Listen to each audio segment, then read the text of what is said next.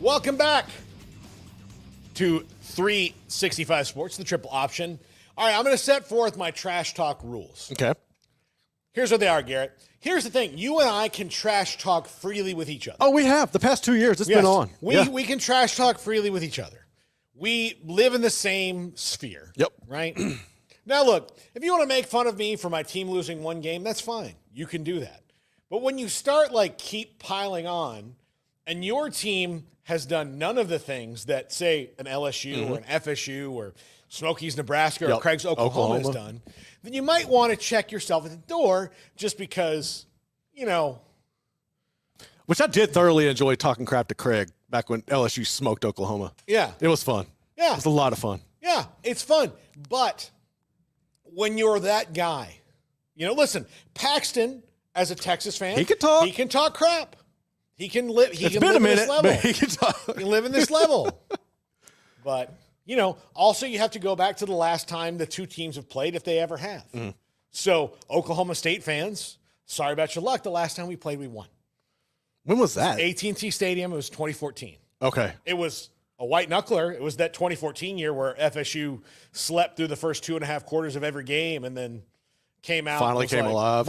Yeah. All right, here we go. Also got, it was a right call, but it was a gift call against Notre Dame at the end on an illegal pick play, which would not have been called had the wide receiver not done the actual gesture. Right. If you watch the replay, it's this is what we do to show you what that's the penalty signal. He ran right into the defensive back and shoved him, and the official was right here, and he's like, well, what do you want me to do? But that year. So again, I'm just saying there should be rules. It's decorum. It's like tiers. You need to break it down into tiers, right? It's decorum. I understand that it's a caste system, that caste systems are bad, but this is what the world we live in. I am certainly making the rules because I am part of the upper caste. So I know over the weekend you had a lot of people come at you. Which teams or which fan bases irked you the most that really drove you to want to get this off of your chest? Yeah. What drove me? Yeah, which fan bases really drove you the most to get to this point? I'm sorry, Kim, but the Cactus fans. The Cactus fans? 10 of them, as soon as the game was over, tweeted at me, and I'm like, all right. Why are Tech fans coming at you, though? What is Tech? I don't know. And here's the other thing, is that everybody's mad because FSU's talking crap about changing conferences and all this stuff. All right, fine. Still has nothing to do with you. No, but it makes them an easy target. And I think if you're a lot of Big 12 fans who have gone through this and your team survived and you're thriving right now, you kind of take joy in picking on somebody else. Look, Florida State and Clemson are the Texas and OU of the Absolutely ACC. are. Absolutely. Clemson's not going to get nearly as much crap. Well, they've kept their mouth shut. Yeah. So they should. And here's the thing. It would be one thing if it was just Florida State fans, but it's administrators that are also talking about it. Their athletic director, who just got an extension, Michael Alford, has been pretty frank about their goals. Now, has he been brash like, a Drew Weatherford or someone like that? No. He's just matter-of-factly stated things about what their goals are.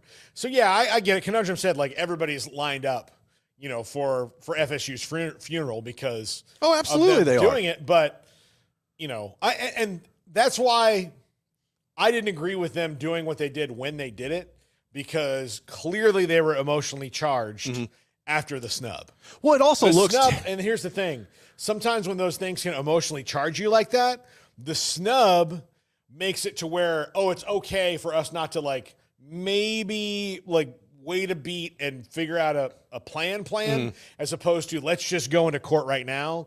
The parties that were pushing, we got to leave, they were backlit there. As soon as the fuse got lit on the snub, it was no, we're on their side now. And that's how it was. And until it gets settled, there's not going to be rationale from a lot of fans on that, which, I don't know if it's best to do that. I still don't I still wonder what that's going to be, because while I think Texas will contend this year in the SEC, and I think that they'll hang better than most, Oklahoma, Like their lives are going to be a little different. Like, They are, but I also feel like Oklahoma is kind of getting overlooked a little bit. I think they're getting slighted more and disrespected more than they probably should heading into it. But to me, like the whole Florida State thing, you were making all this fuss, you won out and everything. You can't afford to lose to one of the lower tier teams in the conference. That makes your whole stance, your statement, and everything look pathetic. Even though one really has nothing to do with the other. No, but it's yes. going to. Yeah, it's going to intersect all year long. Yeah. No, they're always been the program that gets everybody's best shot. Yeah. That's going to be amplified, especially now that Georgia Tech showed that they could beat them. Well, yeah, and now you wonder. I know that the other thing that's going to be it's funny that Florida State fans are complaining about this. I'm like, this is what comes with the territory. Yeah. But they're do you remember Nebraska's last year in the Big 12?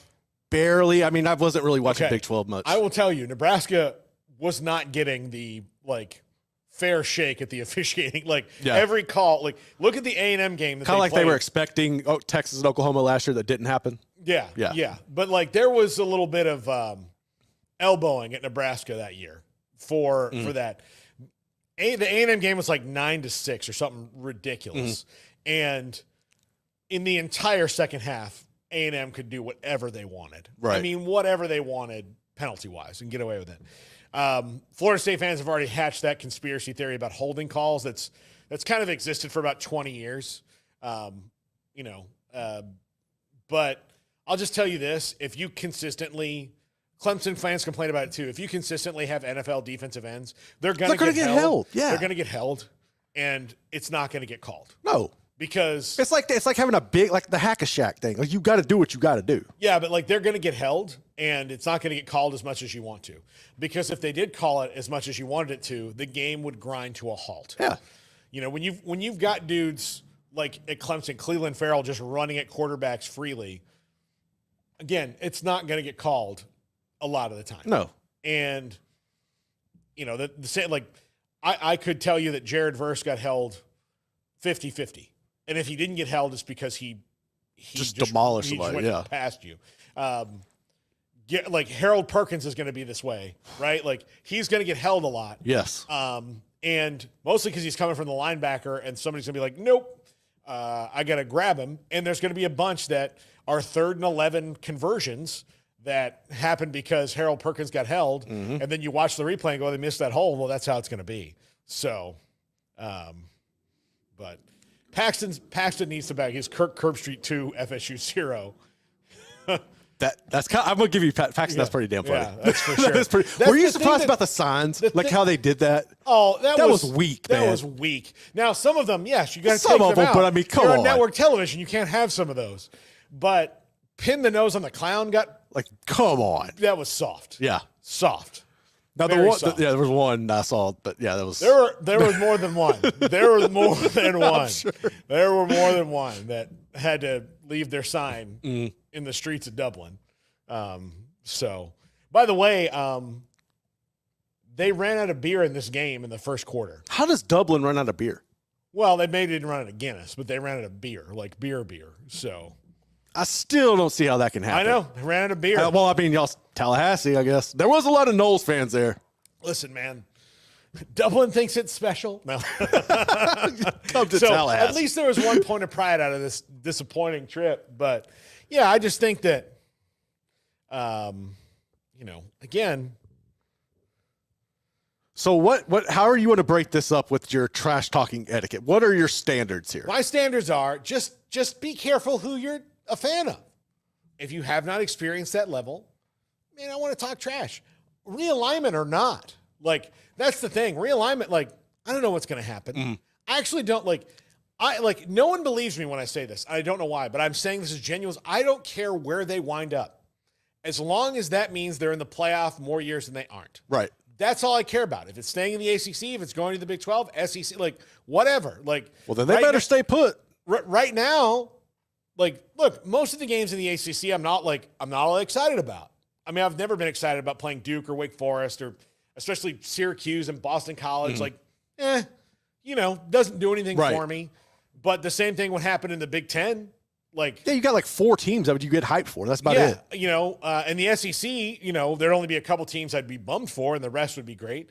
In the Big 12, there'd be more. There'd be more, and maybe just because I know this It's area funner. well. It's more fun. Like it's better. So if they wind up in the Big 12, I'm not against that at all. I'm actually like least enthused about the Big 10. Like that one to me. I would be too. The Big 10 low-key sucks. Yeah. Like it's really boring. I mean, outside of Oregon, Ohio State. Like here's who I would like to play. Like if they're in the Big 10, what would excite me would be Nebraska because of the history. Yeah.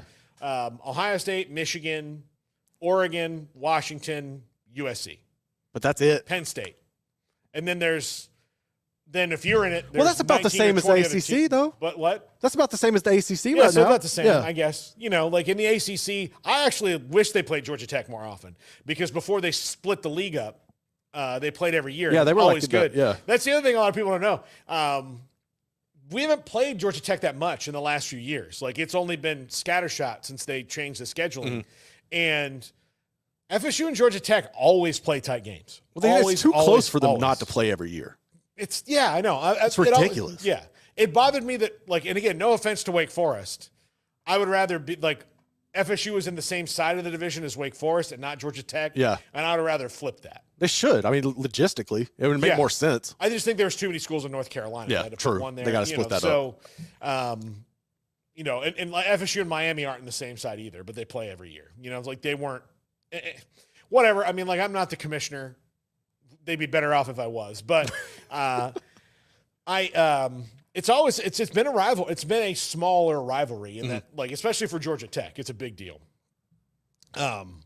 Also because, like, when FSU came into the league, like it was right on the heels of Georgia Tech. It was 2 years after they won the national title, and then that was kind of the, like, pulling the plug on them being just ended it one for of them, the top dogs in that conference. So it goes back, and I wish they played Georgia Tech every year. I'd rather that than they play Boston College every year rather than play Georgia Tech. Yeah, they every should. year.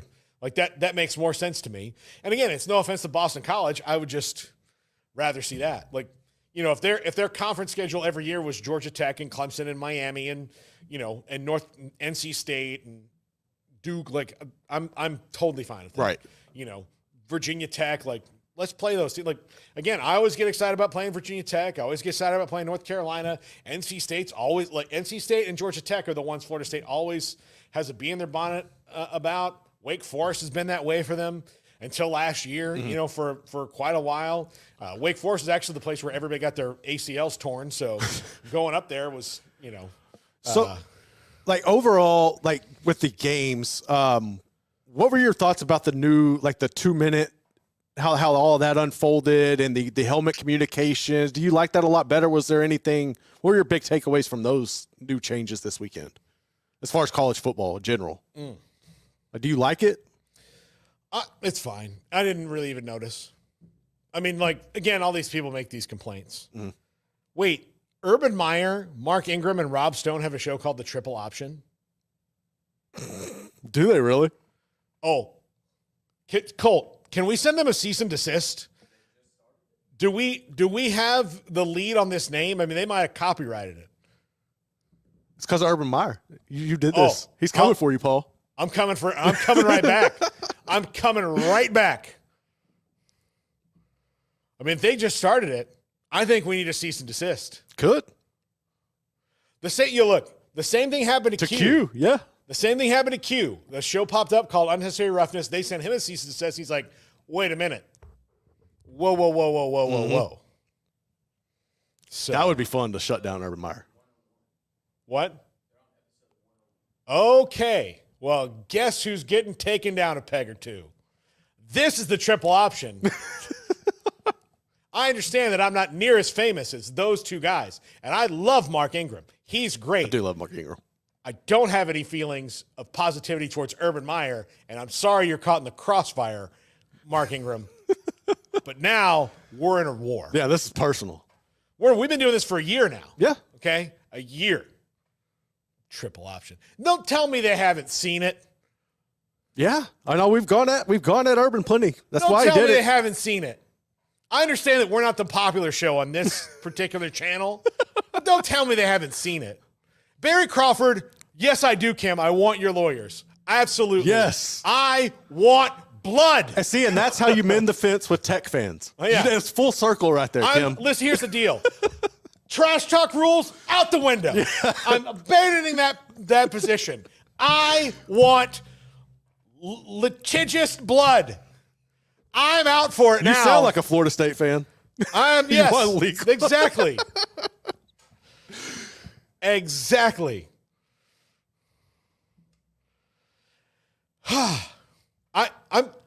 That ruined my day. Yeah, you're pretty pissed. Urban Meyer and I have a podcast that has the same name? That can't happen. No. We're diametrically opposed human beings.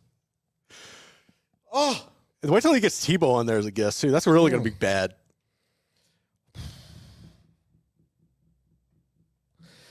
Man. 192,000 views for the first show 6 days ago. We might have that collectively on this show. I don't care. You got the views, but I don't care. You are pretty worked up.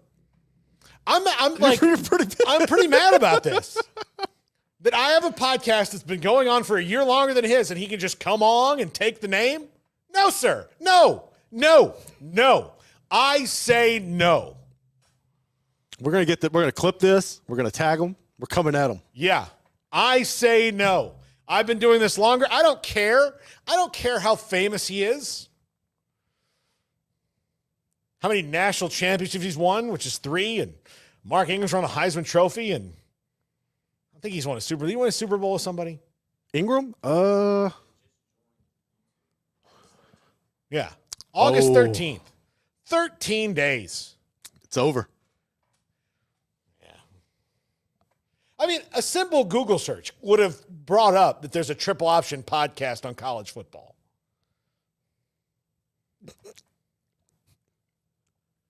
Yeah. And my dander's up. You know what? I was feeling kind of under the weather all weekend long. Guess what? I'm healed. I'm faith healed right now. Somebody put their hands on me and says, demons out. Snake handlers. Exactly. That's what's happened to me. Here's another thing. Guess what's going to happen in the next segment? Paul and Dabo Sweeney are going to agree on something. What? That's how upside down the world is.